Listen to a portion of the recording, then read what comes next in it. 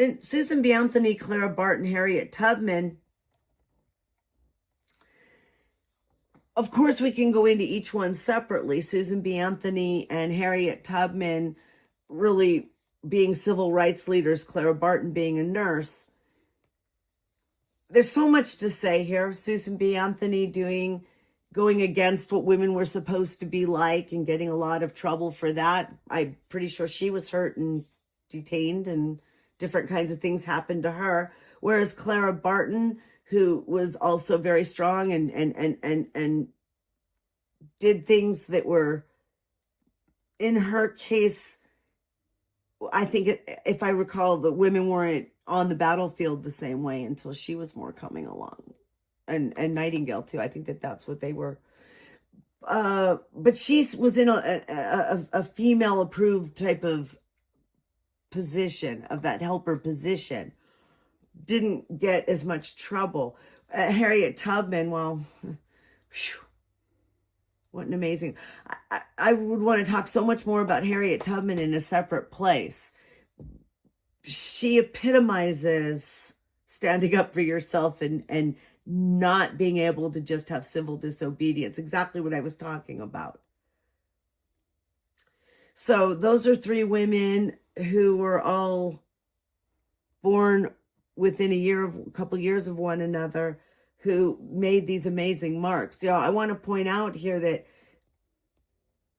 while women were fighting for women and for women's rights, they were fighting for everybody's rights until they had to make decisions. And they had to decide if they would accept, for example, the right to vote when Black women weren't really able. And I know that Black women feel really abandoned here. I know that from studying things that frequently white feminists leave Black women who fight for democracy behind. And so Black women find themselves fighting for women and for democracy. And yeah. So moving on for now, each one of these people could be a master's level course.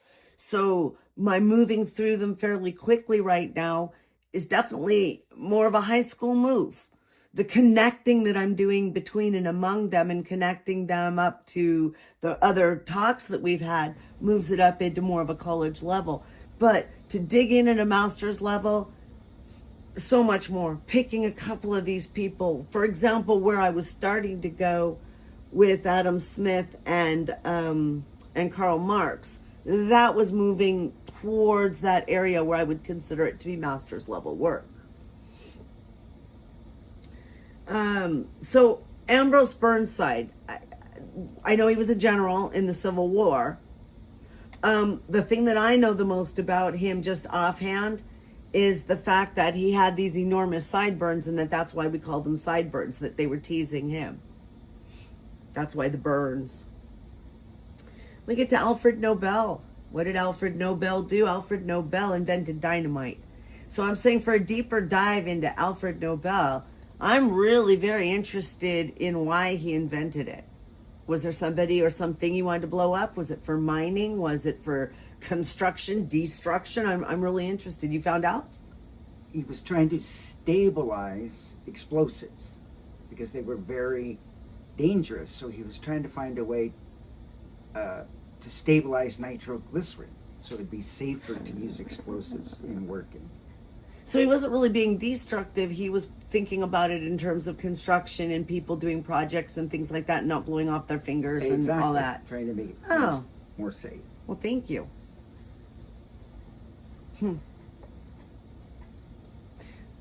Now, another thing I'm wondering is, what kind of straight line is there from the technology involved in dynamite and other explosives and ultimately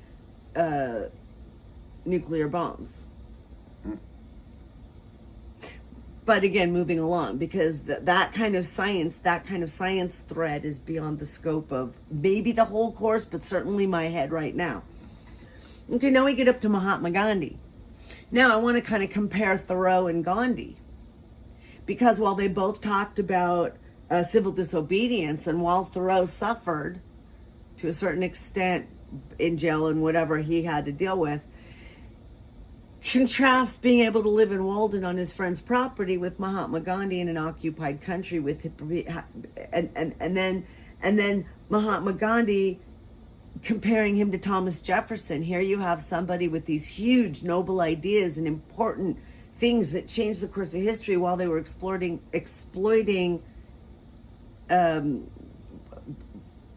probably anybody of lower caste and certainly women. So,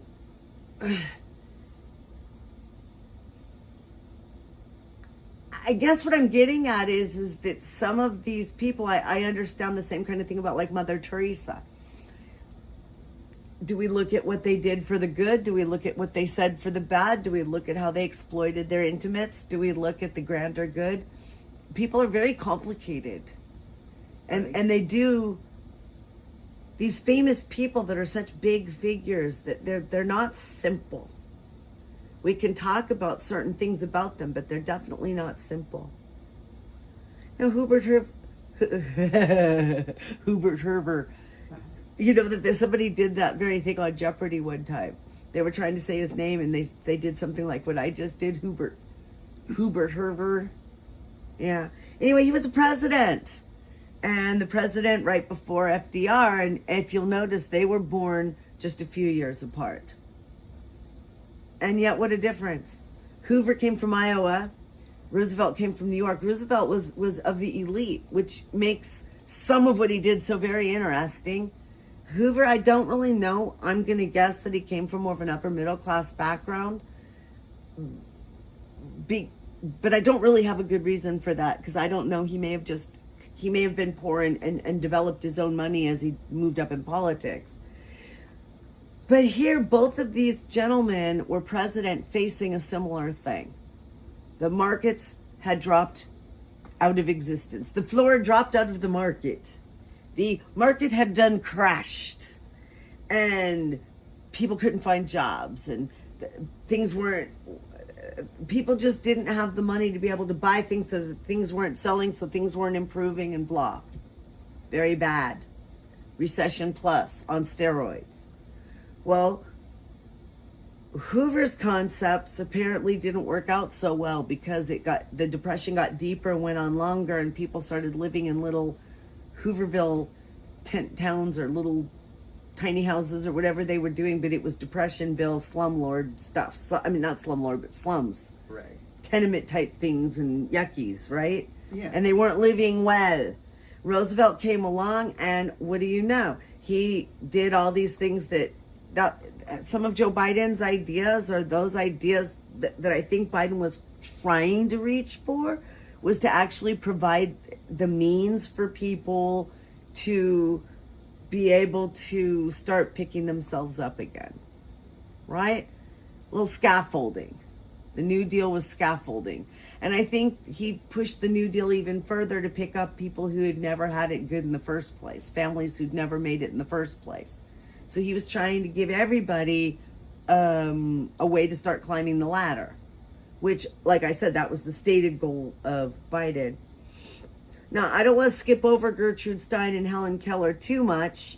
These guys were writers, and again, coming from places of having to overcome the expectation that only men had careers, and of course, have Helen Keller being blind and deaf. Poor thing. Imagine what she did. No, I do have to point out, though, she also was wealthy. Her parents were wealthy. I don't want to take away from anybody's... I think Gertrude Stein may have come from a wealthy place, too. I don't want to take away from people, but it sure seems easier when you're 6 steps ahead when you're born. Now, I do want to talk about the next two people. Franklin Roosevelt and Benito Mussolini were born a year apart.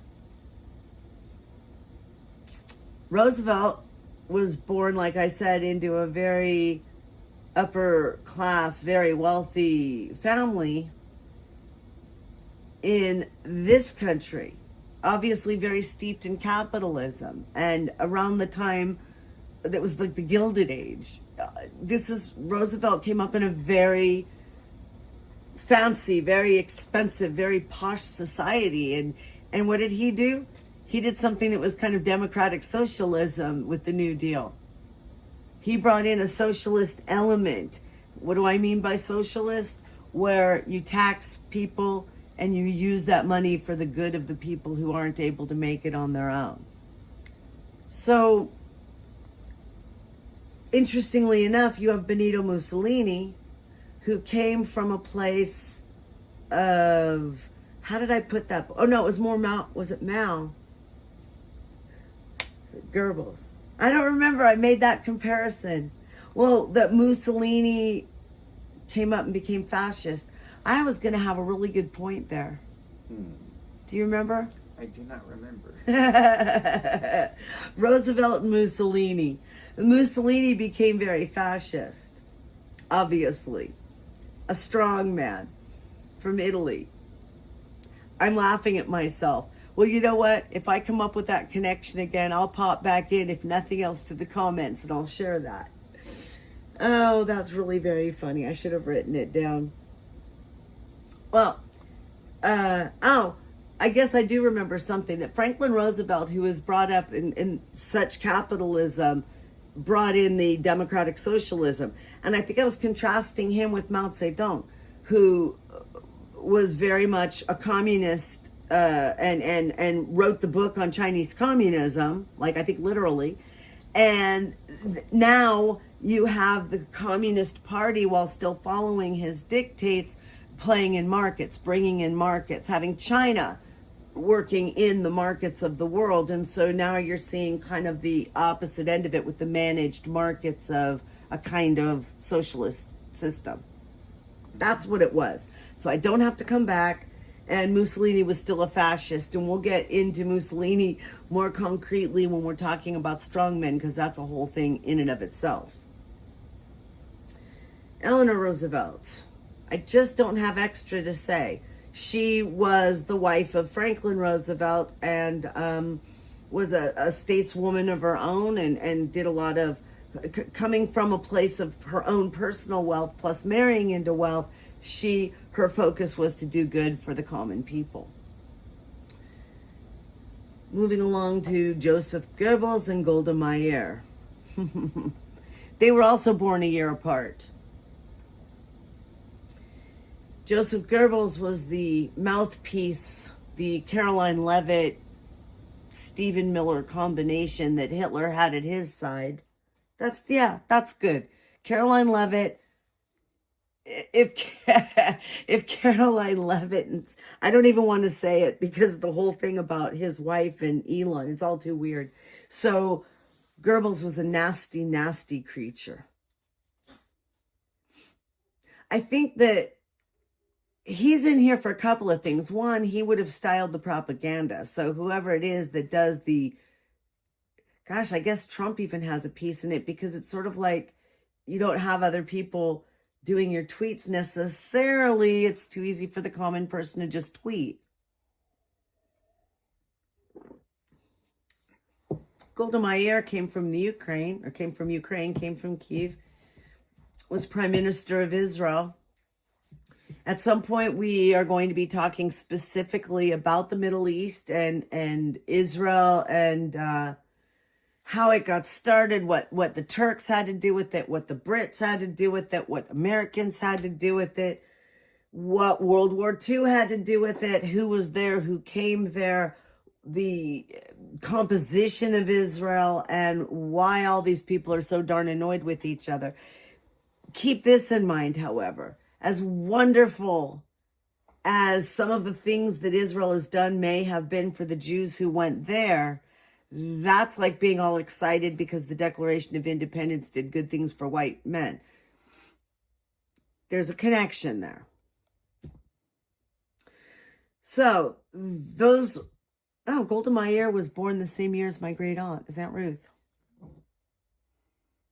Interesting. That's interesting. Moving on into the century in which I was born. Oh, well, this is the early part of it, so I wasn't born yet. These are people who influenced my childhood, however. So for all the people who are boomers, these were people that we grew up especially later boomers. I was a very late boomer, like Jen Jones. If you don't know what that is, look it up. It's kind of fun. Pat Brown. Well, Pat Brown, and I'm going to have you look down just a few more and look at Ronald Reagan. Two people born within 6 years of each other in this case. So completely different for California. Pat Brown represents the generous, egalitarian, democratic foundations in California. There are those. The reasons why gay sailors came to San Francisco after the war. That's Pat Brown. Ronald Reagan is more like the reason why the boomers got rich on their houses and nobody else can afford property tax. That's Ronald Reagan. Ronald Reagan is the reason why all the mentally ill people are out on the street instead of getting resources.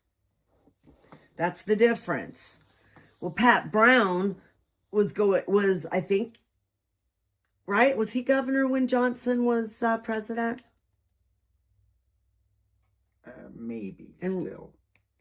or was Reagan? Reagan came in right in there. Was it Brown to Reagan? That's what I'm not positive of. Okay.